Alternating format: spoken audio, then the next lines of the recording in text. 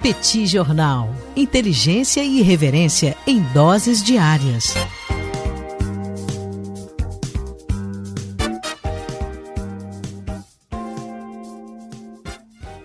Olá, gente. Bem-vindos, bem-vindas ao Petit Jornal. Esse é o bate-papo número 1116. Estamos gravando numa live no YouTube do Petit Jornal.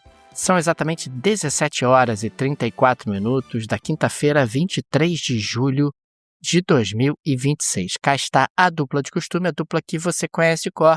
Tanguy, o Bagdadi, animado, contente, preparado, revigorado, resiliente, retumbante, descansado, tarifado, mais tarifado e com mais tarifas a caminho. E por isso ele está muito preocupado, com incerteza, com insônia, porque não sabe o que acontecerá com seu fluxo de comércio em direção a um vizinho poderoso e rico. E temos também Daniel Souza, que é esse que vos fala. Ao longo dos próximos minutos, vamos repercutir os principais acontecimentos internacionais das últimas horas. Como vai, professor Bagdadi? Tudo bem? Vamos a isso? Tudo bem, Daniel Souza com S. Vamos lá para mais esse episódio, para o bate-papo 1116. Um prazer estar aqui com você, Daniel Souza. Um prazer estar aqui com todos os nossos ouvintes. Vamos para mais um episódio, né, Daniel? Nessa quinta-feira, para falar sobre temas políticos, econômicos, né, que chamaram a atenção da gente ao longo das últimas horas. E eu queria começar o nosso episódio, Daniel, falando sobre a Índia. O Narendra Modi, Daniel, primeiro-ministro indiano, ele está no poder desde 2014 na Índia. E talvez poucas vezes ele tenha tido um momento tão complicado no seu governo quanto o que vem acontecendo ao longo das últimas semanas. Isso tem mais ou menos umas 3 para 4 semanas. E eu queria trazer aqui o cenário, Daniel, para a gente ficar atualizado, principalmente porque está chegando num ponto no qual ele vai ter que tomar algum tipo de medida, está sendo pressionado por todos os lados e não dá para saber exatamente para onde que ele vai. Mas o estopim da atual crise na Índia, Daniel, foi o cancelamento do Exame Nacional de Admissão para a Faculdade de Medicina, o equivalente ao que seria um vestibular. E é um vestibular muito, muito competitivo na Índia. Participaram, por exemplo, no último concurso, 2 milhões de estudantes, numa tentativa de superar um problema grave que a Índia tem, que é poucas vagas nas universidades, frente a um momento no qual a juventude, né, os jovens, têm uma dificuldade muito grande de conseguir emprego. Né? Você tem uma taxa de desemprego muito alta entre os jovens, então muita gente acaba se preparando muito para tentar entrar numa boa faculdade. A faculdade de medicina, portanto, acaba sendo extremamente competitiva. O problema é que o último concurso ele foi anulado depois de que algumas denúncias, né, e posteriormente investigações confirmaram que houve o vazamento prévio das questões da prova para algumas pessoas. Então, 2 milhões de pessoas foram fazer a prova, só que algumas pessoas já tinham tido acesso à prova anteriormente. E aí, Daniel, não é apenas o problema desse concurso. O problema é que essa já é uma acusação, uma denúncia que acontece há muitos anos.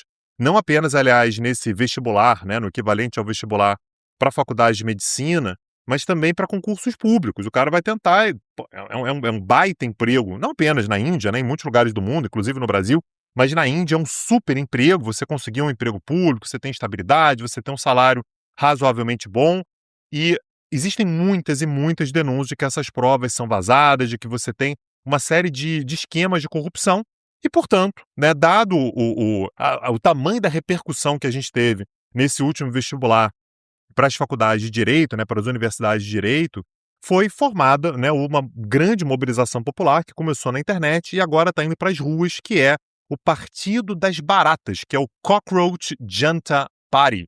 As pessoas começaram a se organizar para fazer protestos cada vez maiores contra a estrutura do governo, contra Narendra Modi e com uma demanda, uma exigência, que é a demissão do ministro da Educação. O ministro da Educação tem que cair. Narendra Modi, Daniel, daquele jeito durão dele, está dizendo que, olha, prometo fazer uma série de reformas, vamos dar um jeito aqui, mas eu não vou mandar o ministro da Defesa embora. Esse cara aqui é da minha confiança, e eu vou dar um jeito, eu não vou ceder nisso. Aquela coisa, Daniel, do governante também querer dizer que, olha, eu tô a fim de fazer concessões, mas tem um determinado ponto que eu não vou passar. Então ele anunciou, Daniel, de ontem para hoje, né, a criação de tribunais de julgamento acelerado, que é uma tentativa de fazer um julgamento mais rápido possível de quem foram os responsáveis, dar uma punição exemplar e seguir adiante. O problema, Daniel, é que as pessoas foram para as ruas, Você está tendo, inclusive, choques cada vez mais frequentes entre manifestantes e forças de segurança, e agora quem entrou na jogada também foram os partidos de oposição, que abraçaram as reivindicações estudantis e interromperam os trabalhos no parlamento por 4 dias consecutivos enquanto não houver a demissão do ministro da Educação, que é o Dharmendra Pradhan, né? Então pediram exatamente pela demissão do Dharmendra Pradhan, e até agora a gente não teve uma solução para isso. Agora, Daniel, é um momento de uma corrosão muito séria do poder de Narendra Modi. Ele está meio emparedado diante dessa situação e a gente vai ter que acompanhar para ver o que ele vai fazer. Se ele vai conseguir debelar essa situação rapidamente, se ele vai mandar o ministro da Educação embora. Mas o fato é que é um dos desafios mais importantes que Narendra Modi já sofreu desde que ele chegou ao poder em 2014, Daniel. Tanguy, nós tivemos mais um terremoto na Venezuela e claro que chama a atenção a participação dos Estados Unidos no socorro aos venezuelanos desde o dramático terremoto que aconteceu há poucas semanas. Aliás, o Financial Times acabou publicando uma matéria muito interessante trazendo questionamentos sobre onde foram parar os 13 bilhões de dólares que os Estados Unidos arrecadaram com o petróleo venezuelano. Isso não está explicado. Essa receita ela foi estimada pelo Financial Times com base em dados da Kepler e também da Argus Media. O petróleo representa cerca de 25% do PIB venezuelano e o que a gente observa até agora é que está rolando muito dinheiro e pouca recuperação da economia do país. O crescimento oficial do primeiro trimestre de 2026 na Venezuela foi de apenas 2,5%, é um crescimento pequeno, até para o padrão venezuelano. Apenas 300 milhões de dólares aparecem registrados no site criado pelo governo venezuelano para acompanhar as receitas, única fonte de informação oficial. A gente, inclusive, tem várias versões contraditórias. Nós temos o decreto original de janeiro, que os recursos pertencem ao governo venezuelano mantido em contas americanas. Nós temos o Departamento de Energia que diz que os recursos são desembolsados em benefício do povo americano e do povo venezuelano. O Trump, em junho, disse que os Estados Unidos estavam ganhando um monte de dinheiro com o petróleo venezuelano e afirmou ter recuperado 28 vezes o custo da operação militar.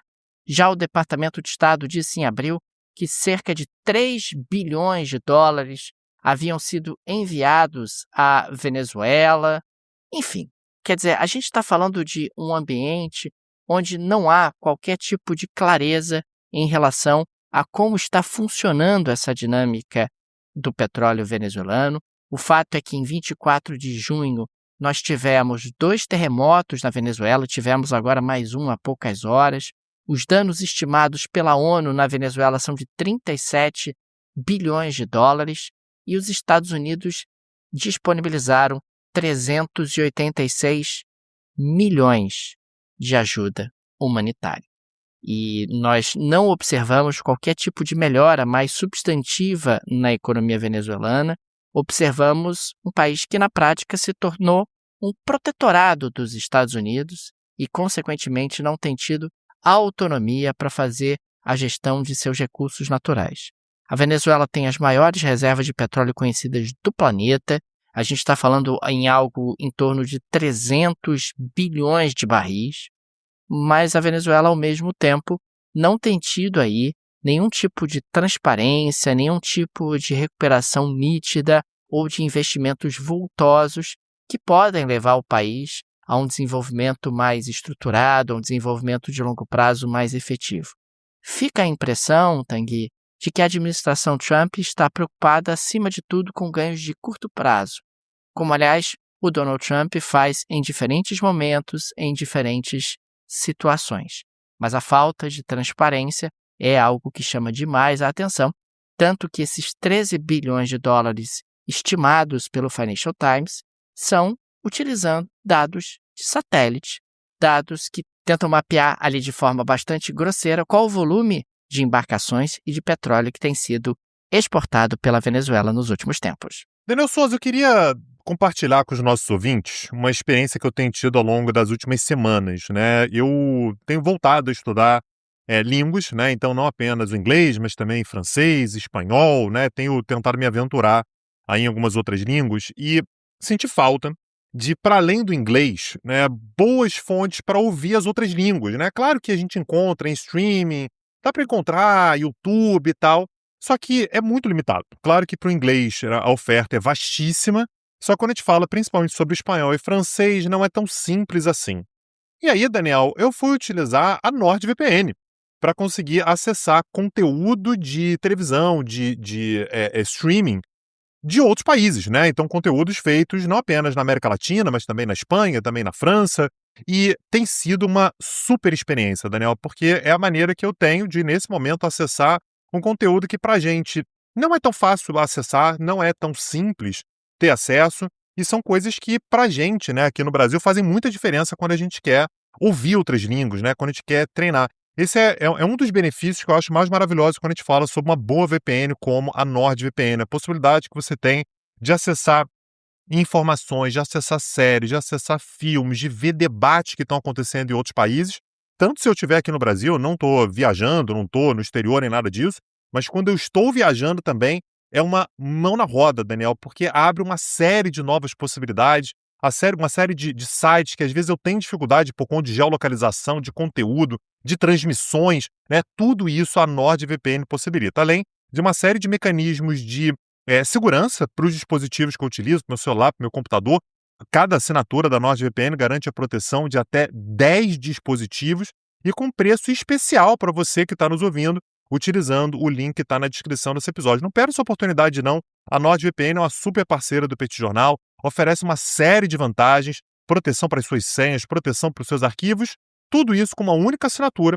Acesse lá, o link está na descrição desse episódio. NordVPN, parceiro do Petit Jornal. Uma super oportunidade, gente. Você precisa de um VPN de qualidade para ter alternativas de navegação, como o Tanguy acabou de descrever muito bem, também para ter a segurança dos seus dados. Fica aqui a nossa recomendação da NordVPN. Tanguy e eu somos usuários da NordVPN e recomendamos demais. Condições especialíssimas para os amigos e amigas do Petit Jornal. Link no descritivo desse episódio. Daniel Souza, no episódio de ontem, né, no bate-papo 1115, eu falei aqui sobre o acordo de cooperação nuclear que foi assinado, né, anunciado no dia de ontem entre Estados Unidos e Arábia Saudita. Eu falei aqui, né, trouxe aqui, que aparentemente o presidente dos Estados Unidos, Donald Trump, queria oferecer uma certa alternativa para a Arábia Saudita, não apenas para gerar energia, claro que gerar energia nuclear é algo que para a Arábia Saudita é interessante. A Arábia Saudita vem tentando fazer aí uma transição energética para conseguir utilizar basicamente o petróleo para exportação e não necessariamente para utilizar em tudo que seja necessário domesticamente, mas também como uma alternativa ali para se precisar ter mais um aliado na região com bombas nucleares, lembrando que a situação relacionada ao Irã está longe de ser resolvida, está longe de ser consertada. Então já tem Israel, de repente, se a Arábia Saudita tiver eventualmente tecnologia nuclear, pode ser mais um aliado na região com ogivas nucleares. Lembrando que o Irã fica ali no meio, que tem Israel de um lado, Paquistão do outro, que é um aliado também dos Estados Unidos, apesar de ter lá seus atritos, e teria também a Arábia Saudita com tecnologia nuclear. Não estou falando que já vai ter bomba nuclear, mas é uma possibilidade. E um dos detalhes que eu citei sobre esse acordo no dia de ontem era que o Biden, lá atrás, quando ele cogitava fazer um acordo como esse para a Arábia Saudita, ele colocava uma condição. E a condição é: Arábia Saudita, eu posso ceder tecnologia nuclear para você, mas você precisa estabelecer relações diplomáticas com Israel, que até agora não tinha acontecido. Donald Trump, no anúncio que foi feito ontem, não colocou esses termos. Então, simplesmente disse que vai ceder tecnologia nuclear para a Arábia Saudita sem mencionar Israel. Hoje, no entanto, Donald Trump voltou à carga e falou que não, que essa é uma condição.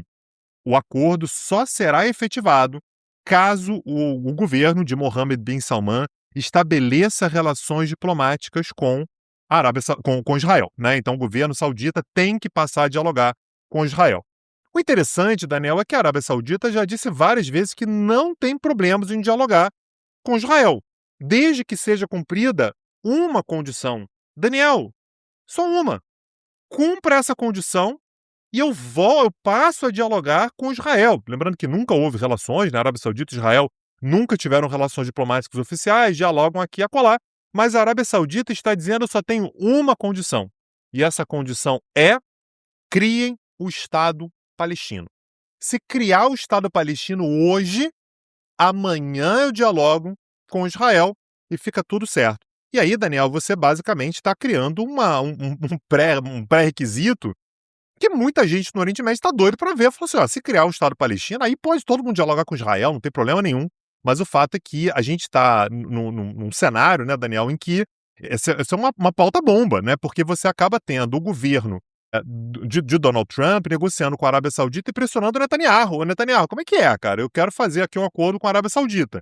A Arábia Saudita está dizendo que só vai estabelecer relações diplomáticas com você, que é uma condição que eu, Donald Trump, coloquei, se você criar o Estado palestino, permitir a criação do Estado palestino, parar de boicotar a criação do Estado palestino. Vamos ver onde que isso vai dar. A gente já imagina, né, Daniel, a coisa vai acabar se enrolando, enfim, o Estado palestino não vai ser autorizado, pelo menos durante o governo Netanyahu, enfim, não veio isso acontecendo no futuro próximo. E cada vez mais gente que teve acesso a esse acordo, Daniel, vem dizendo que o pacto não tem, o acordo nuclear, não tem garantias o suficiente de que a Arábia Saudita não poderá enriquecer urânio, tá? Essa é uma cláusula que os Estados Unidos sempre colocam: olha, eu sei de tecnologia, mas você não pode enriquecer urânio, que isso pode levar à produção de bombas nucleares. E como a gente já mencionou ontem, com a Arábia Saudita esse é um compromisso meio frouxo, tá? Tá meio solto, talvez de propósito para permitir que eventualmente a Arábia Saudita tenha uma alternativa para enriquecer urânio, eventualmente fazer uma bomba nuclear daqui a alguns anos, muitos anos, sabe, sei lá. Mas é um acordo que ainda merece esclarecimento, a gente precisa saber mais sobre esse acordo, mas naturalmente isso vai trazer algum tipo de questão envolvendo também Israel e eventualmente a criação de um Estado palestino, Daniel. Tang, é impressionante como o Donald Trump não é confiável, né? Porque ele diz uma coisa um dia, no dia seguinte ele diz outra coisa, e no terceiro dia ele diz uma terceira coisa, e consequentemente os acordos acabam tendo muita dificuldade para serem construídos. E isso, inclusive, se reflete num outro aspecto importante. A gente segue acompanhando a crise no Oriente Médio. Os dois estreitos estão fechados, tanto do Golfo Pérsico quanto o do Mar Vermelho, e o reflexo disso é que no dia de hoje o barril de petróleo do tipo Brent alcançou $100 o barril. Então, o barril do petróleo continua subindo e vai continuar subindo, porque quanto mais a crise se alonga, menor a oferta de petróleo no mercado internacional, menor a oferta de petróleo no mercado internacional, maior o preço. É simples assim. E agora nós temos um cenário ainda pior do que tínhamos no conflito anterior, ou no tensionamento desse mesmo conflito no momento anterior, porque naquela altura você tinha o Mar Vermelho como uma alternativa de escoamento de produção da Arábia Saudita, que é o maior produtor da região. Quer dizer, o maior produtor da região conseguia escoar uma parte importante da sua produção através do Mar Vermelho. Só que essa possibilidade se fechou. Os sauditas até podem mandar as embarcações em direção ao norte pelo Estreito de Hormuz, mas demora muito tempo, mas muito tempo, para você ter ali esse petróleo chegando na China, na Índia, em grandes centros consumidores. Isso faz com que, obviamente, o número de viagens projetadas seja menor e, consequentemente, a oferta desse petróleo seja menor. É absolutamente preocupante. Os americanos seguem atacando o Irã. Você tem tido ataques sistemáticos já há vários dias. O argumento oficial é para tentar danificar a capacidade iraniana de realizar ataques das embarcações que passam pelo Golfo Pérsico em direção ao Estreito de Hormuz. Nós tivemos uma derrota importante, mas muito simbólica, do Donald Trump no Congresso dos Estados Unidos, onde você teria uma limitação do Donald Trump no que diz respeito aos seus poderes de guerra. A bem da verdade, essa limitação já existia antes. Quer dizer, o Donald Trump e o presidente dos Estados Unidos não tem poder para entrar numa guerra como essa sem autorização do Congresso, da maneira como ele entrou. Mas Donald Trump vai testando os limites do seu poder. É um atoleiro no qual os Estados Unidos entraram. Eles foram dragados por Israel. Israel levou os Estados Unidos para esse atoleiro. Foi aquele papo do Netanyahu, né? O Donald Trump, temos aqui uma oportunidade. E o Donald Trump acreditou que eles tinham ali uma oportunidade para derrubar o regime dos ayatollahs e, consequentemente, colocar o nome do Donald Trump na história. Ele foi absolutamente encantado por essa possibilidade, uma possibilidade que rapidamente se provou um erro, né? Se provou não crível. E agora ele tem um problema, porque nós tivemos um cessar-fogo anterior em condições absolutamente humilhantes para os Estados Unidos, condições que nós esmiuçamos aqui no Petit Jornal, e agora ele faz o quê? Né? Volta a atacar o Irã, porque não quer que o Irã controle o Estreito de Hormuz, e enquanto mais o tempo passa, mais o preço do barril de petróleo acaba subindo. E vamos juntos, né, Tanguy? Porque isso acaba contaminando a economia mundial. Já temos aqui pressões no mercado de energia do Brasil. Isso sem falar na Rússia, que também cogita ampliar por mais tempo a restrição nas exportações de diesel. Rússia que segue importando combustível da Índia. O Tanguy está uma bagunça. O mercado internacional de energia está realmente uma bagunça nesse ano de 2026 por razões geopolíticas. Daniel Souza, a gente já comentou aqui em outros momentos que está acabando o mandato do atual secretário-geral da ONU, Antônio Guterres, né, o português. Ele está no seu segundo mandato e o mandato dele termina agora no finalzinho de 2026 e 2027, portanto temos que ter um novo secretário-geral. Alguns nomes, Daniel, estão correndo atrás, estão fazendo campanha, estão tentando se viabilizar. Entre eles, né, 2 latino-americanos. Existe um consenso de que o ideal seria que o próximo secretário-geral fosse um latino-americano, ou então, né, alguém da América Latina ou Caribe, né, para tentar ter aquela lógica de uma certa rotatividade. E a Michelle Bachelet, ex-presidente do Chile, é uma candidata, e o Rafael Grossi, que é o argentino, que atualmente está à frente da Agência Internacional de Energia Atômica, é outro nome que tenta se viabilizar. Donald Trump, no entanto, Daniel, olhou para esses 2 candidatos e falou assim, não sei, viu? O Rafael Grossi até gosto, mas eu precisava de um puxa-saco. E esses 2 não estão parecendo que vão puxar meu saco da maneira correta. Não está me parecendo que eles são profissionais do puxa-saquismo, Daniel. E aí ele começou a analisar por quem é que pode ser o secretário-geral da ONU, que vai puxar meu saco de uma maneira adequada, constante, restrita, sem problemas, sabe, sem fronteiras, sem qualquer tipo de restrição. Sem perguntas também, né, Tanguy? Pô. Sem perguntas. Eu não quero perguntas, não quero ser questionado. Eu quero que o secretário-geral da ONU faça o que eu estou determinando e que não tenha perguntinha, não tenha coisinha. E aí ele foi pensando, né, foi olhando os contatos dele ali, quem foi que puxou meu saco de maneira ininterrupta ao longo dos últimos anos, sem preocupações, sem constrangimentos, sem vergonha na cara. E ele chegou à conclusão, Daniel, que o nome ideal para ser secretário-geral da ONU é o atual presidente da FIFA, o Gianni Infantino. Então ele começou a dizer, isso saiu hoje no New York Post, não é o New York Times, tá, gente? É o New York Post. O New York Post é o Daily Mail dos Estados Unidos. Então, só para a gente situar os nossos amigos, o que é o New York Post. É o Meia Hora. É o Meia Hora de Nova York. Você lendo isso, você duvida, Daniel Souza? Jamais. Você consegue duvidar? Não consigo duvidar. Então, fontes falaram para o New York Post que Donald Trump avalia apoiar o nome de Gianni Infantino para ser o próximo secretário-geral da ONU. Eu acho que ninguém perguntou para o Infantino se ele quer, inclusive o Infantino, que é mais um mandato. Furada, porque... Eu vou te dizer por quê. Quando você vira secretário-geral da ONU, você tem mandato. O Infantino não tem mandato na FIFA, rapaz. Então você pode continuar ali. E a ONU é muita dor de cabeça. Muita dor de cabeça. Muita guerra, muita futebol, guerra, né? O pessoal cornetando, enchendo o saco. FIFA não, rapaz. FIFA você oferece as informações que você quer. Não quer dar informações? Não vou dar informações. E fica você por pode, isso mesmo. inclusive, tomar a decisão que você quiser. Pode. Toma a decisão que você quiser, do jeito que você quiser. Não precisa dar satisfação a ninguém. Imagina ter que lidar com Rússia. Por que lidar com Rússia, lidar com China, com Estados Unidos? Tem conselho permanente de segurança da FIFA? Não tem. Tem Assembleia Geral da FIFA? Muito menos. Não. Então pronto, muito mais fácil. Ele não vai aceitar, tenho certeza, Tanguy. Então, mas segundo assim, o que teria sido dito, né, é que Donald Trump enxerga no Gianni Infantino uma figura respeitada globalmente, com habilidade especial para unir povos, relação impulsionada pela proximidade entre Donald Trump e ele durante a Copa do Mundo. Não é essa a explicação real, tá, gente? Não é que ele tem habilidade especial nenhuma. o que existe é que Gianni Infantino fez todas as vontades de Donald Trump ao longo dos últimos anos, inclusive, Daniel, só emendando aqui, aparentemente Donald Trump começou a fazer campanha para receber mais uma Copa do Mundo nos Estados Unidos em 2038. E a gente sabe que a FIFA vai ter muita dificuldade de negar, de falar não. Porque se ela nega, os Estados Unidos podem fazer da vida da FIFA um inferno. Agora, Tanguy, ele já disse que dessa vez não quer esse negócio de dividir a Copa com ninguém, não. Não quer dividir com o México, com o Canadá, com esses países que não são confiáveis. Não é bagunça. Ele quer uma Copa 100% nos Estados Unidos. Perfeito. Daniel Souza, tá aberta a sessão de galhofa desse episódio. Podemos para a Gelera Shakira ou você tem mais alguma pauta antes? Eu queria só registrar rapidamente, Tanguy, que a Polônia está aumentando seu endividamento de maneira muito acelerada e está acendendo o sinal de alerta.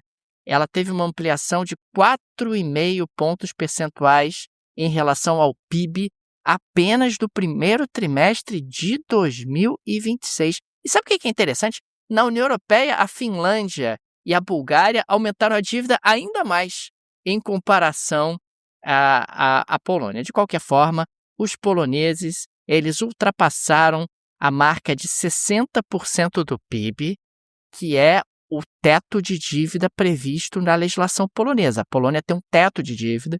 Vários países têm mecanismos, né, de disciplina fiscal. No caso da Polônia, é o teto de dívida. Mas, aparentemente, o governo vai seguir adiante. Vai seguir endividando o país, porque, afinal, esses limites constitucionais não podem ser a prioridade dentro de um contexto onde a Polônia está se armando do jeito que pode. Só se vive uma vez, Daniel Souza. A vida não tem replay. É isso, Daniel Souza. E, meu Deus do céu. E a Polônia também olha para o lado e diz, tô olhando aqui para a União Europeia e tô vendo que a Grécia deve 143%. A dona Itália deve 138%. A França deve 117%. Por que eu não posso dever um pouquinho mais do que 60% do PIB? Então, vou dever, porque só se vive uma vez e o importante é a Polônia estar protegida da Rússia, protegida dos desafios geopolíticos que o mundo impõe nesse momento. Perfeito. Daniel Souza, agora sim, isso me deu lembrança da Polônia sem freio, viu, Daniel? Completamente desvairado. Daniel Souza, vamos para a Gelera Shakira de hoje, agora oficial. Na Gelera da Shakira de hoje, Tanguy, eu quero registrar que o congressista Luiz Carlos Rua, ele é um congressista colombiano, ele acabou indo para o congresso do seu país vestido de elefante branco. Porque, afinal, Tanguy, a Colômbia está cheia de elefantes brancos, está cheia de obras que não são concluídas, está cheia de obras inúteis, está cheia de corrupção e, consequentemente, o senhor Luiz Carlos Rua considerou que, diante desse cenário, o melhor a fazer era protestar vestido de elefante branco. Eu acho que deve ser terrível, terrível, você viver num país onde as obras não são completadas, onde há corrupção nas obras e onde você tem ali obras que não servem para nada, pontes que vão do nada para lugar nenhum. Imagina viver num lugar assim, Tanguy. Mas os colombianos vivem, infelizmente, e o seu congressista acabou fazendo esse energético protesto. Perfeito. Eu não consigo nem imaginar, Daniel, como é que é viver num lugar assim, mas, assim, se eu vivesse num lugar assim, eu certamente protestaria também me vestindo de elefante branco. Daniel Souza, dessa maneira a gente chega ao fim do nosso episódio convocando as pessoas a assistir um curso que a gente ofereceu recentemente sobre a América Latina. Uma das aulas foi sobre Colômbia. Sim, falando sobre Colômbia. Se você quiser entender como é que se chegou aí no protesto do elefante branco, a gente conta a história colombiana, a história da Guerra Civil, falando sobre o Oriente Médio. Temos um monte de curso lá falando sobre Estreito de Hormuz, sobre Israel, sobre Irã, a relação entre Israel e Irã, como é que os Estados Unidos entram nessa bagunça toda. A gente tem vários cursos sobre Oriente Médio de uma forma geral, sobre o continente africano, sobre México, sobre Canadá. Tá tudo lá no Petit Cursos. Acessa lá. Eu tenho certeza que você vai se interessar por muitas das aulas que estão disponíveis. Acessando o link que está na descrição desse episódio, você vai direto para o catálogo para ver todos os cursos que já foram oferecidos, além das aulas ao vivo que a gente oferece toda terça-feira, às 19 horas. Vem com a gente, petcursos.com.br. Tanguy, fica aqui também o nosso agradecimento aos apoiadores e apoiadoras do Petit Jornal, vocês que ajudam a manter o nosso projeto de pé. Fica nosso carinho, nosso abraço, nosso muito obrigado a cada um de vocês. O Petit é uma mídia pequena, não tem aí o suporte de um conglomerado, nem de uma produtora, e por isso, a ajuda dos nossos apoiadores é de fundamental importância. Fica aqui o nosso agradecimento a cada um de vocês. E fica também o convite, se você gosta do nosso projeto, se ele faz diferença na sua rotina, considere nos apoiar. No descritivo desse episódio tem várias alternativas. Tem a chave Pix, que é uma forma prática e instantânea de apoiar o Pet Jornal. Você pode, inclusive, ativar o Pix recorrente. Tem o link do Apoia-se, que acaba sendo bacana para quem prefere ajudar com o cartão de crédito. Tem o link do Patreon, que é uma ótima alternativa para quem vive no exterior. Enfim, fica aqui o convite e temos certeza que uma dessas possibilidades será confortável para você. É isso, Daniel Souza. Amanhã estamos de volta com o nosso tradicional episódio de sexta-feira, o Pet Invest. Segunda-feira que vem tem mais um bate-papo. Nos vemos. Um abraço, até a próxima. Valeu. Tchau, tchau. Petit Jornal. Inteligência e irreverência em doses diárias.